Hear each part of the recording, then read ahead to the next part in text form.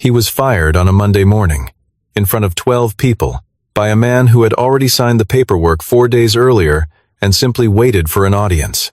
Charles Voss slid the termination notice across the table without introduction, without cause, and without hesitation.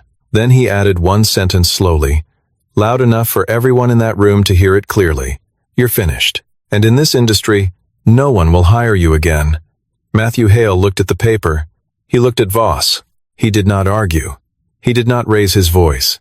He stood up, buttoned his jacket, and walked out. What Voss did not know, what no one in that room knew, was that Matthew had already seen something nobody else wanted, and he was about to buy it. What did Matthew buy? The very thing Voss had once signed off on discarding. Keep listening. Charles Voss arrived at 8:03, flanked by 2 members of the executive team. He did not look at the report on the table. He did not look at the data Matthew had prepared. He looked at Matthew the way a man looks at a problem he has already decided to stop thinking about. He sat down, adjusted his cufflinks, and cleared his throat once before he spoke. He did not ask Matthew to present. He did not open the floor.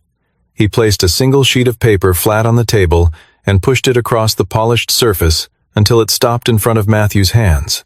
It was a termination notice, effective immediately, signed and dated the previous Thursday. Matthew looked at the paper. He read the words slowly, not because they were complicated, but because some part of him needed the extra seconds to understand that this had already been decided 4 days ago, before this morning, before the report, before the 8 minutes he had spent standing early in a hallway preparing what he was going to say. The room was quiet. Jazelle Harmon sat at the far end of the table, a folder of financial projections in front of her. She did not speak. She did not move. But her right hand closed slowly around the edge of that folder, pressing it flat against the table until her knuckles went pale. Voss leaned back. His voice was calm, precise, carrying just enough volume to be heard by every person in that room. "You're finished, Matthew. And I'll be honest with you, in this industry, no one is going to hire you after this. Not now. Not in 5 years." He said it the way a man delivers a verdict, not a warning. Final. Sealed. Matthew looked at the termination notice one more time. Then he looked at Charles Voss. He did not raise his voice. He did not argue. He folded the paper once, placed it inside the cover of the 41-page report he had stayed up until 2 in the morning to write, and stood up from the table. He picked up his jacket from the back of the chair, buttoned the middle button, and walked out of the conference room without looking back. The packing took less than 30 minutes. 2 years of work fit into one standard moving box: a stapler, a framed photograph of Lucas at the beach, a small cactus someone had given him as a joke about resilience, and a USB drive with backup files.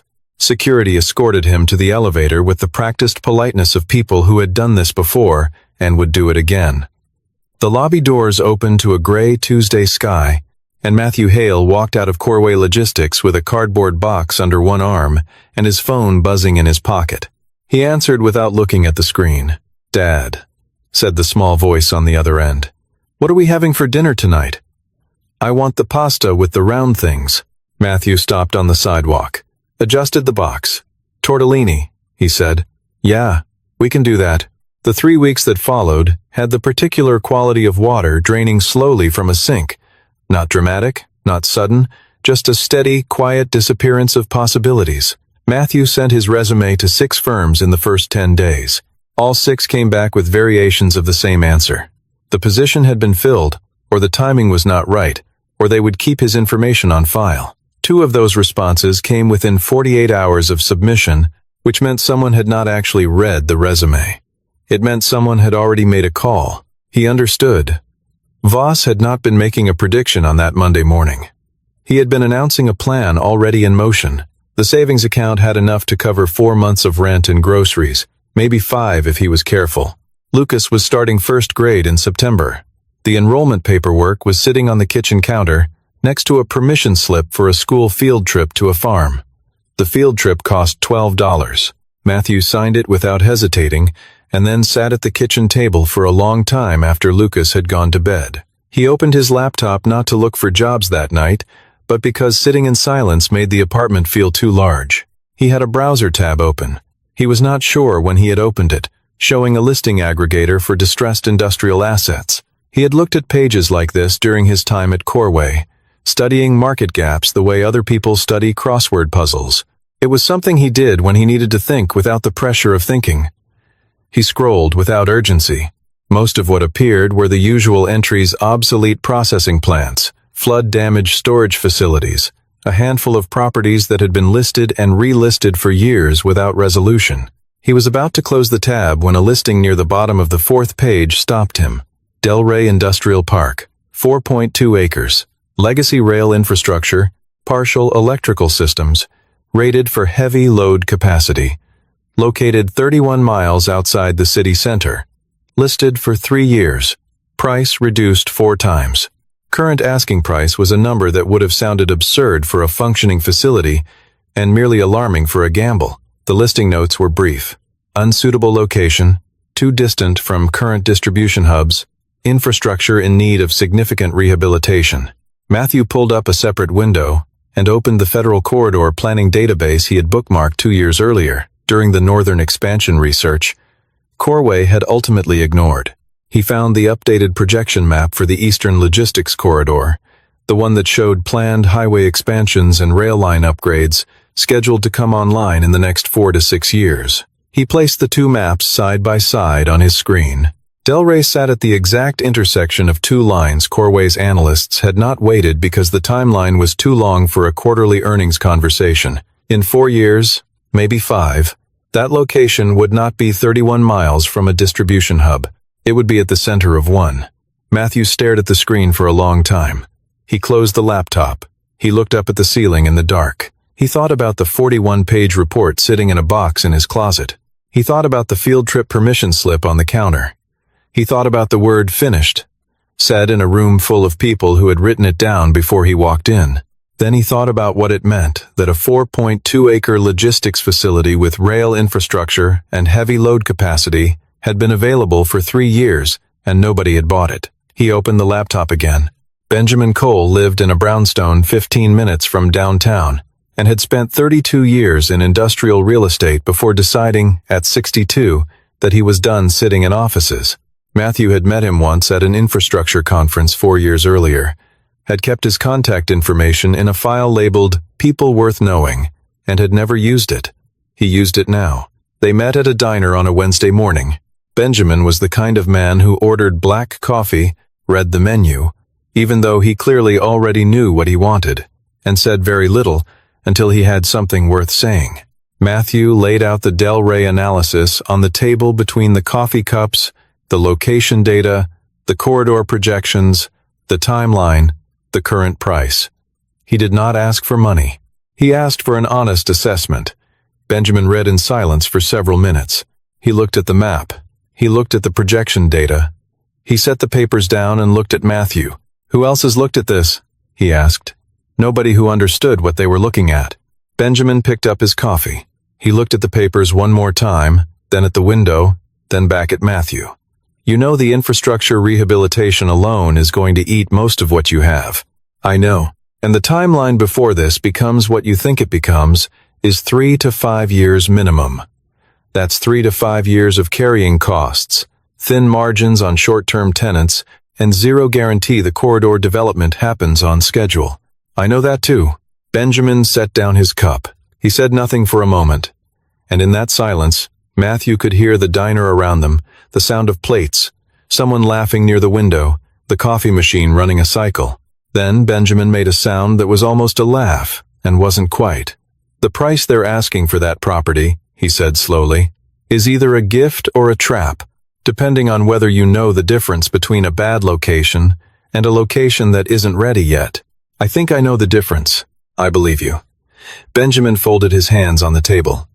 "I'll put in as a minority partner, enough to cover the electrical rehabilitation and 6 months of operating reserve. You run everything." He paused. "But Matthew, if you're wrong about the corridor timeline, this hurts both of us." "If I'm wrong," Matthew said, "I'll own it." The closing happened on a Friday afternoon in a small notary office on the 2nd floor of a building that smelled like carpet cleaner and old paper. The title transfer document was 14 pages.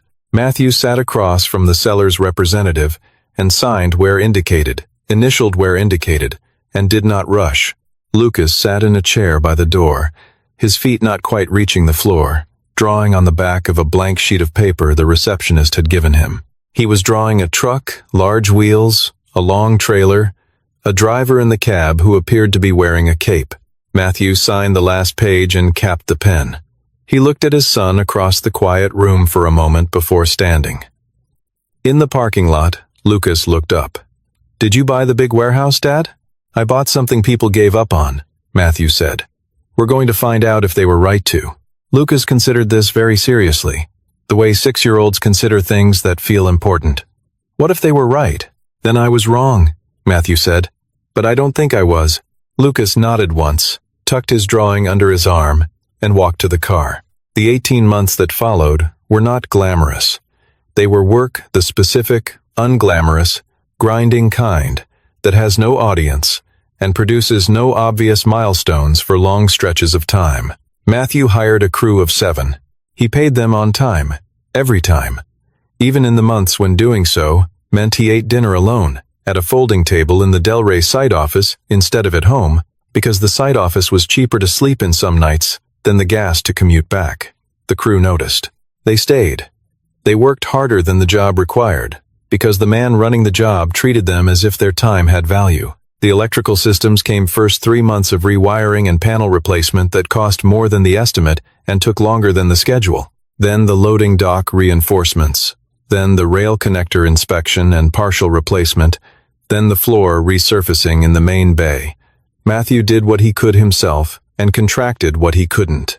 He learned things during that period that he had not known before: the specific way rail tie bolts corrode in high humidity environments, which suppliers could be trusted to deliver on a revised timeline, and which ones needed a deposit hold to stay honest, how to read a structural load report without a civil engineer translating it for him. By month 11, Delray had 3 active tenants, small and mid-sized companies that needed affordable regional transit staging. None of the 3 contracts were large. Taken together, they covered operating costs and a thin margin. It was not a victory. It was evidence. He received an email in month 13 from a former Corway colleague, someone who had kept in touch, carefully, through the kind of periodic check-ins that contain more information than they appear to. The email mentioned, in passing, that Corway had signed a northern expansion contract and was now looking for third-party logistics partners along the eastern corridor to support the rollout. Matthew read the email twice. He saved it in a folder he labeled reference. He did not reply. He went back to reviewing load capacity projections for the second bay renovation. Benjamin came to the site in month 15. He walked the full perimeter without speaking, looked at the loading docks, checked the rail connector spur, stood in the center of the main bay, and turned in a slow circle, as if taking inventory of the space above his head. When he came back to where Matthew was standing, he said nothing for a moment. "I called you a crazy person when we first sat down," Benjamin said finally. "You did. I was being imprecise." He looked around the bay one more time. "You're not crazy. You're just operating on a timeline that makes everyone else uncomfortable." Jazelle Harmon had been promoted to CFO at Corway 8 months after Matthew's departure. She was good at her job, disciplined, thorough, and precise in the way that made other people in the building either respect her or be quietly afraid of her, depending on what she had most recently found in their numbers. She had not thought about Matthew Hale in any sustained way in those 8 months. She had thought about the meeting. She thought about it occasionally, the way you think about something you watched happen, and chose not to interrupt, not with guilt exactly, but with the low-frequency awareness that a choice was made. When Voss assigned her to evaluate third-party logistics partners for the northern expansion rollout, she took the task seriously. She built a scoring framework. She identified 15 potential facilities. She sent her team to do preliminary assessments on the top 8. On a Tuesday afternoon, her assistant dropped a revised shortlist on her desk. Jazelle scanned the names. Her pen stopped at the 4th entry. Delray Industrial Hub. Owner-operated. Single proprietor. Established 22 months ago. She turned to her computer. She looked up the business registration. She looked up the property transfer records. She sat very still for a moment, then pulled up the facility profile her assistant had attached. The numbers were solid. Rail access, heavy load rated, active tenants, competitive square footage costs. The location scoring was the highest of any facility on the eastern corridor for the expansion parameters she had specified. She closed the file and looked at the wall for a moment. Then she picked up her bag and told her assistant she would be conducting the next site visit personally. Delray on a Thursday morning was busier than she had expected. A delivery truck was backing into the second bay when she arrived. Two men in safety vests were running a forklift through the loading corridor. The site had the texture of a place that had been built by someone who intended to keep it not flipped, not staged, not prepared for a visit. Functional. Deliberate. She found Matthew near the north end of the main bay, standing in front of a logistics routing display mounted to the wall, speaking with a member of his crew. He was wearing a flannel shirt, work boots with dried concrete on the toe, and the particular expression of a man who is concentrating on something that matters to him. He looked up when he saw her. His face did not change. "Miss Harmon," he said.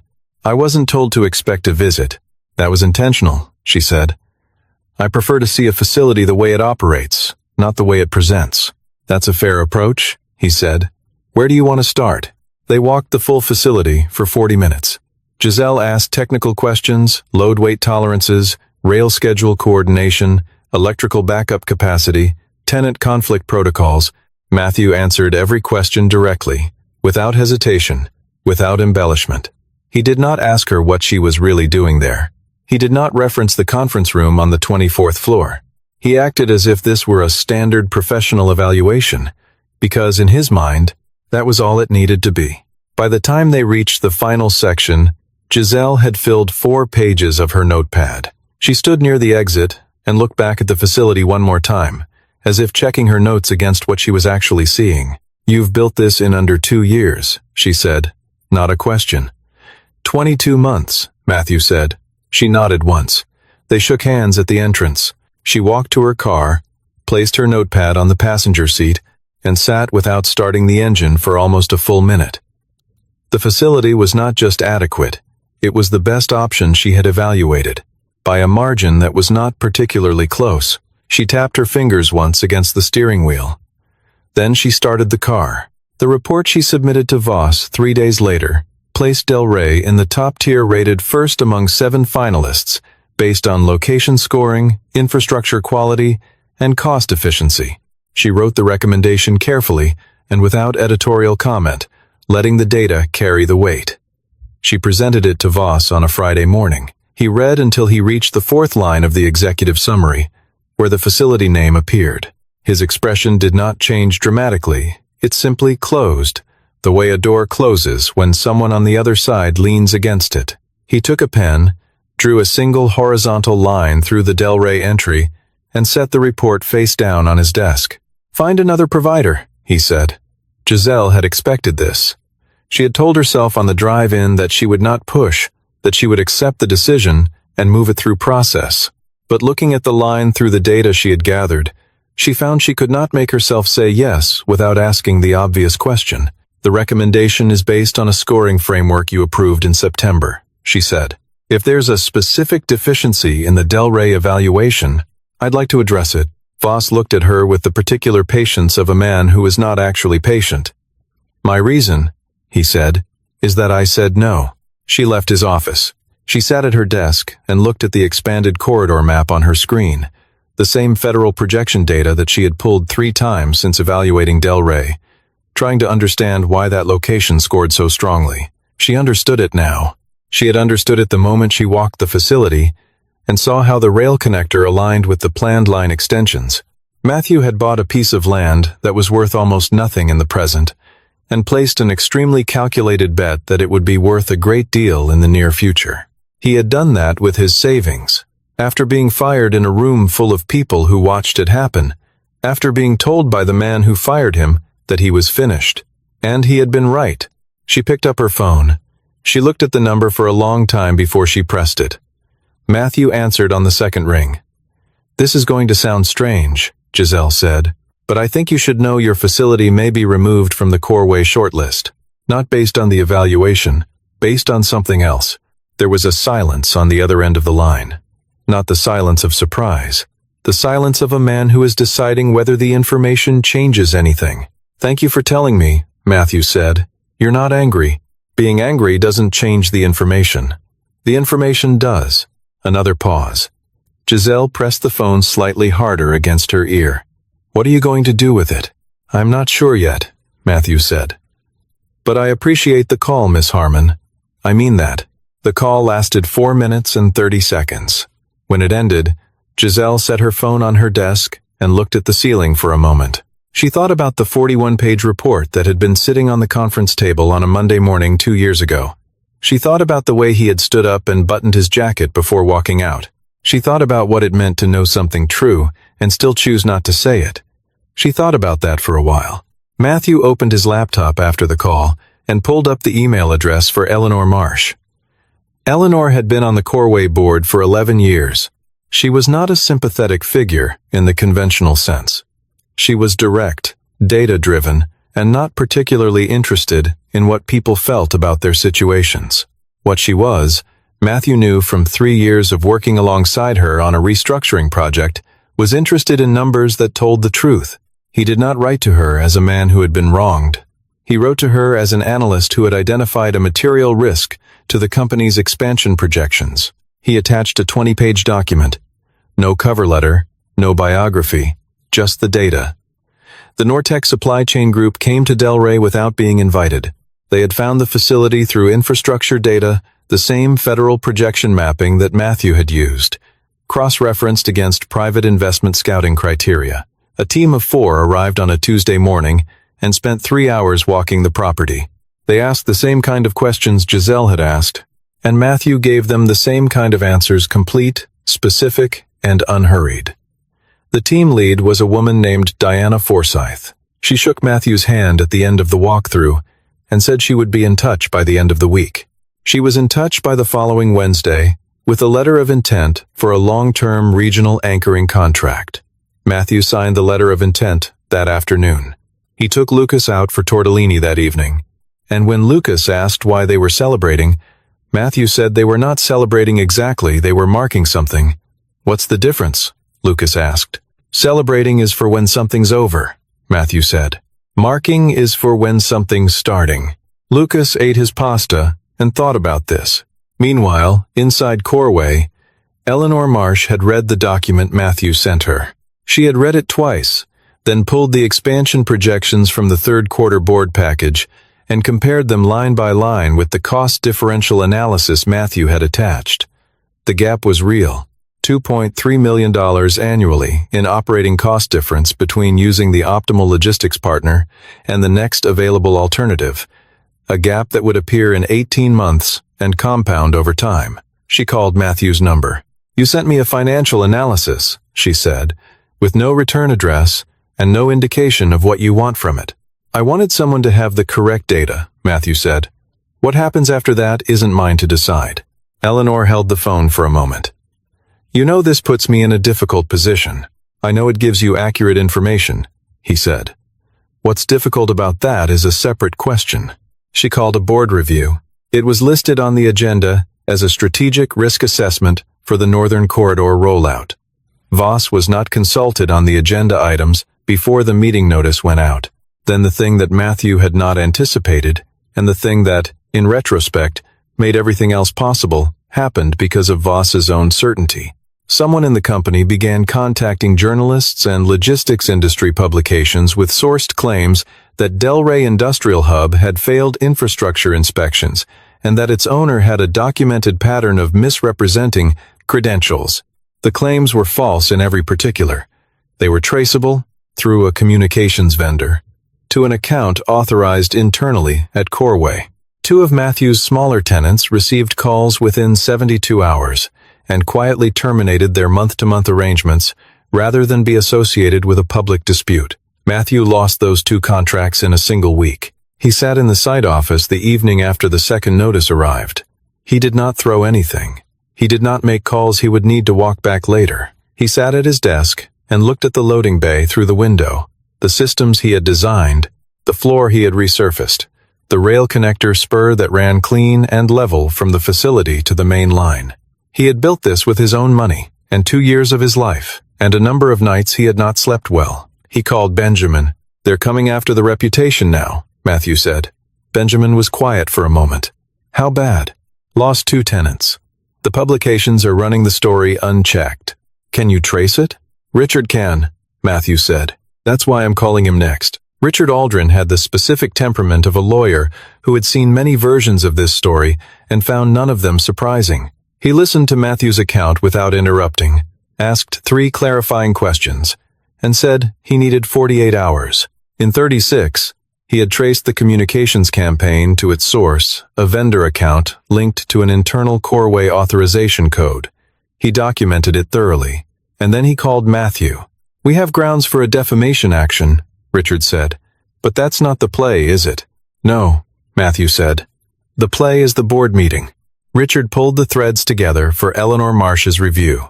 Jazelle, who had by this point decided that she was done asking herself whether to act, prepared a presentation for the board's strategic risk session that she had not cleared with Voss. She worked on it over a weekend, alone in her apartment, with the corridor maps and cost analysis spread across her kitchen table. On the morning of the board meeting, Voss sat at the head of the conference table with the assurance of a man who had managed rooms like this for 20 years. He had been told it was a standard review. He was not concerned. Eleanor opened the session. She invited Jazelle to present the logistics partner evaluation. Jazelle stood at the front of the room and walked through the scoring framework, first clean, methodical, the kind of presentation she could have given in her sleep.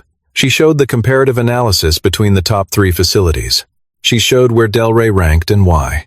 She showed the projected annual cost differential, $2.3 million, between the top-ranked option and the alternative that was currently on track to be selected. Then she advanced to the second section of the presentation. The slide was simple.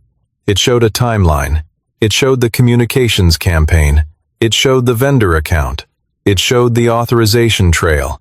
"The decision to remove Delray from the shortlist," Jazelle said, and her voice was steady and clear, "was not based on facility performance.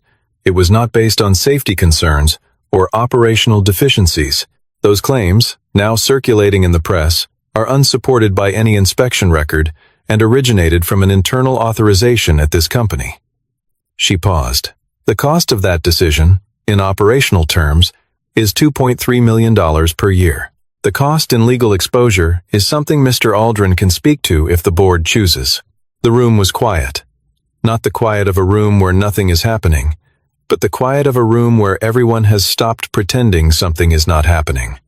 Eleanor looked down the table. "Charles," she said, in the tone of someone who does not need to raise their voice to make a statement land, "is there anything you'd like to address?" Voss straightened in his chair. "The board does not run this company," he said. "I do." Eleanor looked at him for a moment. "The board selects who runs this company," she said, "and the board reviews that selection when presented with material evidence of decision-making that exposes the company to financial and legal risk." She turned to the other members. "I'd like to call a procedural pause." Charles Voss was placed on administrative suspension pending an internal review that afternoon. It was processed quietly, the way these things are when the evidence makes argument pointless. He did not make a scene. He left the building at 4:17 in the same suit he had worn to the meeting. Nortec's contract with Delray was finalized the following Monday. It was a 3-year regional anchoring agreement, with 2 optional extension periods. The press release Nortec issued mentioned Delray by name and identified it as the anchor facility for the Eastern Corridor expansion. Within 10 days, Matthew received preliminary inquiries from 3 additional logistics operators. 2 of them were companies he had contacted 18 months earlier and been politely declined. He returned each call the same day he received it. He did not issue any public statement about Voss. He did not speak to any of the journalists who called. He had Richard send a brief factual correction to the publications that had run the defamation campaign, and then he returned to the work of running a growing facility. Jazelle tendered her resignation from Corway 6 weeks after the board session. It was accepted without a counteroffer, which she had expected.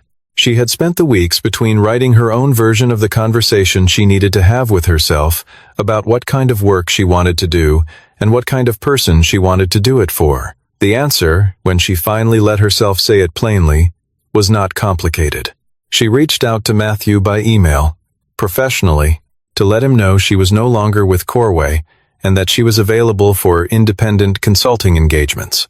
She was precise and brief in the way she was with everything, and she included a sentence at the end that had taken her longer to write than the rest of the email combined. She wrote that she was sorry she had not said something sooner. She did not elaborate. Matthew replied within an hour. He said he appreciated the email. He said he was expanding and that there were problems she might find interesting. He said she should come see the facility when she had a chance. She came on a Thursday morning, 6 months after the board session, on a day when the eastern light came across the loading bay in a way that made the new flooring look like it had been there for years. She was not there as an evaluator. She was not there to assess anything.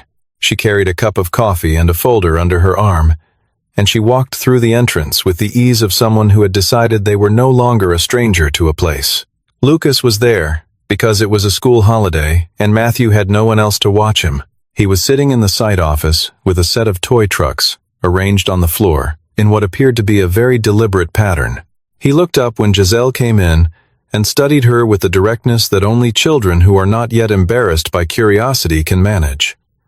"Are you bringing Dad coffee?" he asked. "And some numbers," Jazelle said. Lucas nodded, apparently satisfied with this.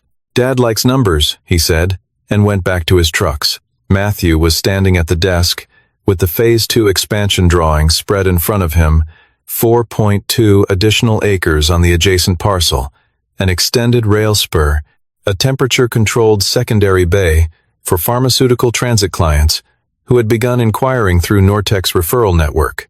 He looked up when she came in. He took the coffee she extended, and they stood side by side at the desk, looking at the drawings. "Phase 2 is bigger than the original," she said. "The original was proof of concept," Matthew said. "This is the actual plan." She looked at the drawings for a moment. "You had the actual plan when you signed the first contract." "Yes.